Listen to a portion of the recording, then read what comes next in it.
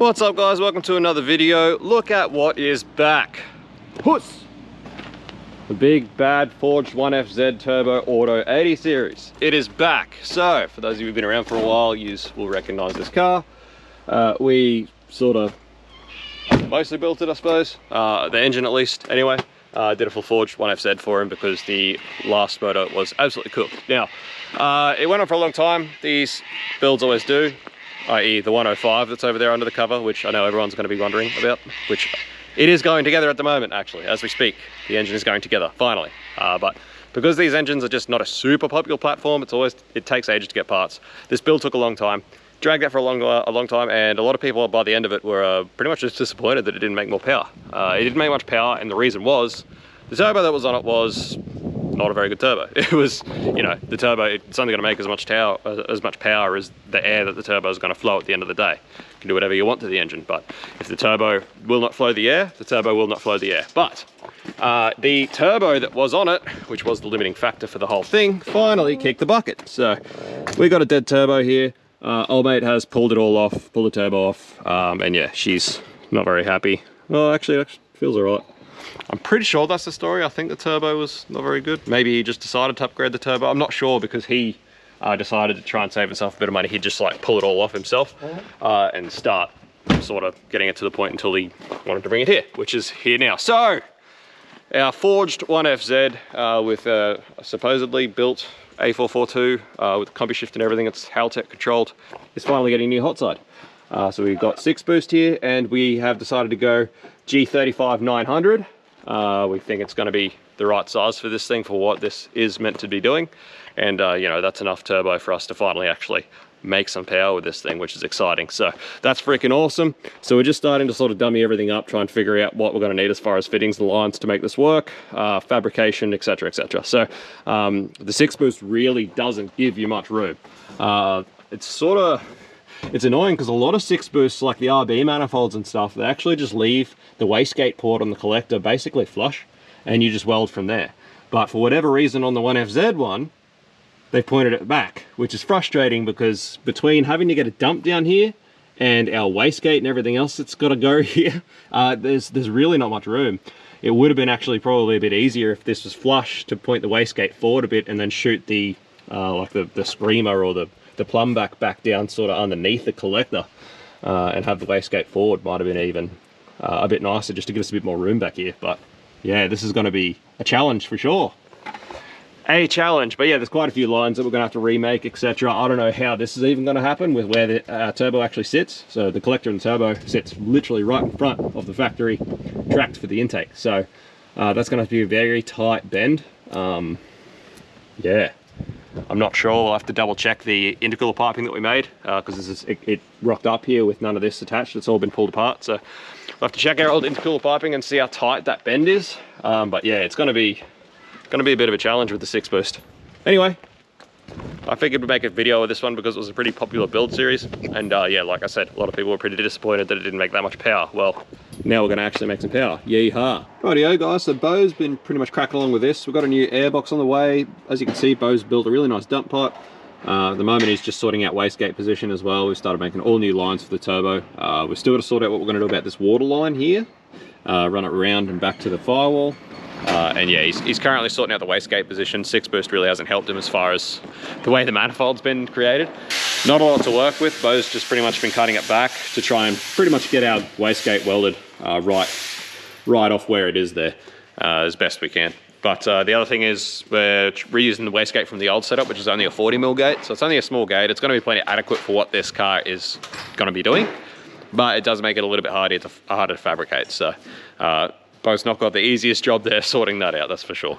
But it's coming along a bit slower than we would have liked. We haven't had a very good couple of weeks, but hey, it is what it is. It's cracking along. Big boss. Woohoo! Look at that.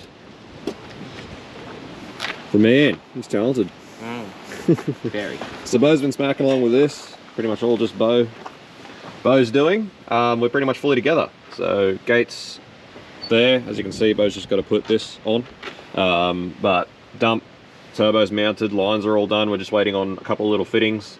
Modified the water outlet here, put an AN fitting on it. Bo welded an AN fitting to it.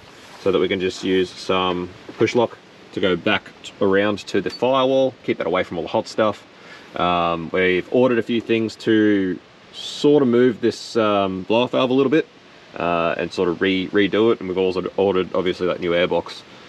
So we've got a new airbox on the way because the old airbox just wasn't going to work. But you know, apart from that charge pipe and then finishing off the airbox and stuff, Bo's pretty much got this thing fingered.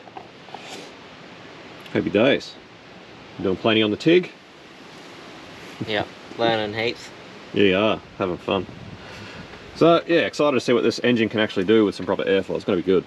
And we do finally have a dyno now, which was a bit of a worry for a little while. But yeah, this thing's ticking along a little bit longer than we expected it to take, just because of all the other stuff that's been going on here, taking our time away from getting this done. But yeah, Bo's been smacking it through. So yeehaw. Rightio guys, we are on the home stretch. Bo's been killing it with this.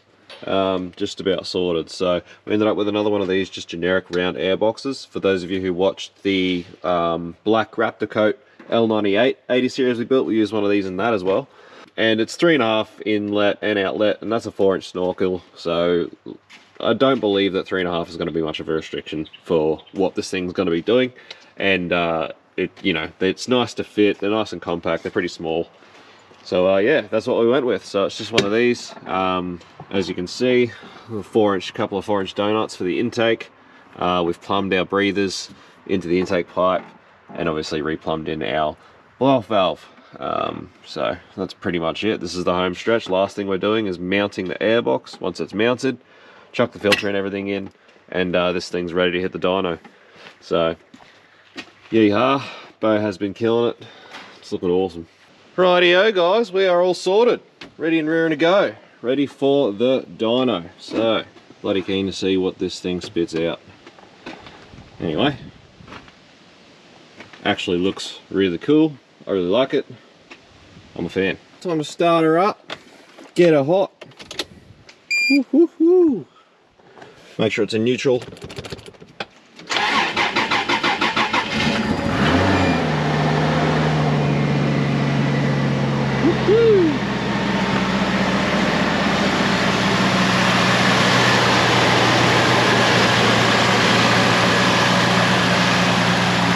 This baby was running. What's really exciting about it is now that it's running, we can move it.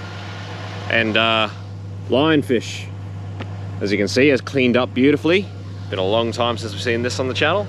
Lionfish is going to come up here under our makeshift workspace, so that in our spare time we can start ticking along with getting the fab work and stuff finished off on that car, and the wiring and things like that, and start getting closer to completing that car again, because it's been on the back burner for a very long time. It's time for it to get completed now.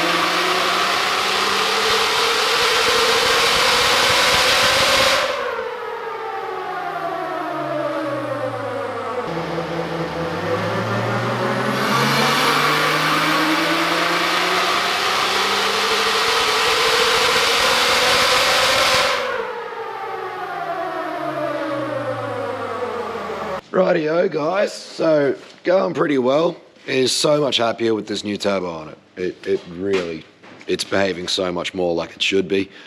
But one thing we are having trouble with already straight away is the poor old single coil ignition setup on the 80. So we sort of, you know, we knew that it was going to be a limiting factor, having a single coil, trying to do 6 cylinders and with this sort of cylinder pressure and boost and things like that. But even on, you know, we're only on a little bit more boost than we were last time. And even down here where it's not spooling as hard early because it's a bigger turbo, it's still making more power. It's just, it's so much happier. It still doesn't want like any timing, but we just chalk that up to being, you know, a big multi-valve, really long stroke engine.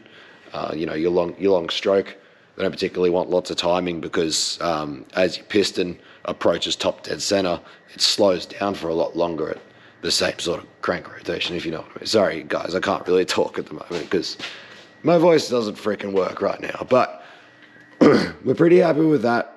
But you can see this ignition breakup, this ignition really needs to be upgraded. So without obviously the bother of going to individual coil packs, which is expensive, we would like to just upgrade that single coil to something like a ICE LS ignition, just something with a bit more energy, just to try and see how far we can get on a higher energy coil with the single coil setup. So we would hope that we can get this closer to like 350 at the wheels, you know, somewhere like 340, 350. The turbo's happy to do it. This engine's sweet. Like everything else here is looking great. So yeah, we'll see what we can do. We'll see what the owner wants to do. I'm not sure if he'll have the budget or not, but we'd really, really like to do it so that it is, you know, running properly. Anyway, that is what it is, guys. We'll see what the owner wants to do and then we'll check back in. Righto, guys, so just had a chat to the owner. He doesn't want to go ahead and do this coil at the moment. He just doesn't have the funds, he doesn't have the budget, and he just needs the car back, I think. So he does drive this car quite a lot. So, and with having to upgrade so much of stuff that we didn't sort of anticipate on, like airbox and all that sort of stuff we had to wait for, it has been here for a little bit longer than it probably was meant to be. So I think he just wants the car back, and he'll save up some more savings, and then we'll have a go at that coil and try and make a bit more power. So like where it is, better than it was. it's already, yeah, it's already way better. So before, this is where it left last time on 33s on high boost, and back then we couldn't just, we tried a little bit more boost. If you guys remember back then when we tuned it, and it just, any more boost than that, and it was diminishing returns. It just started going backwards. There was too much back pressure. It was too hot. It just wasn't performing. And so the red run where we are here, coming up to 14 here at the end, this is actually just on gate pressure now with this turbo. So that's how much happier it is. It's the same gate springs, but the turbo is just that much more efficient and it's working that much better. That this is the boost curves we're getting on wastegate pressure. So there's nothing we can do about this ignition breakup because there's no boost for us to pull out unless we change the gate spring. So it just is what it is. So that's how it's leaving for now. Looking forward to getting this thing back with a high energy coil. Or hopefully getting it back so that we can put a high energy coil in it. And yeah, like I said, hopefully we can make closer to that 350. That'd be freaking wicked. Anyway, guys, thanks for watching. As always, we'll see you on the next one. Peace out. See you. Bye.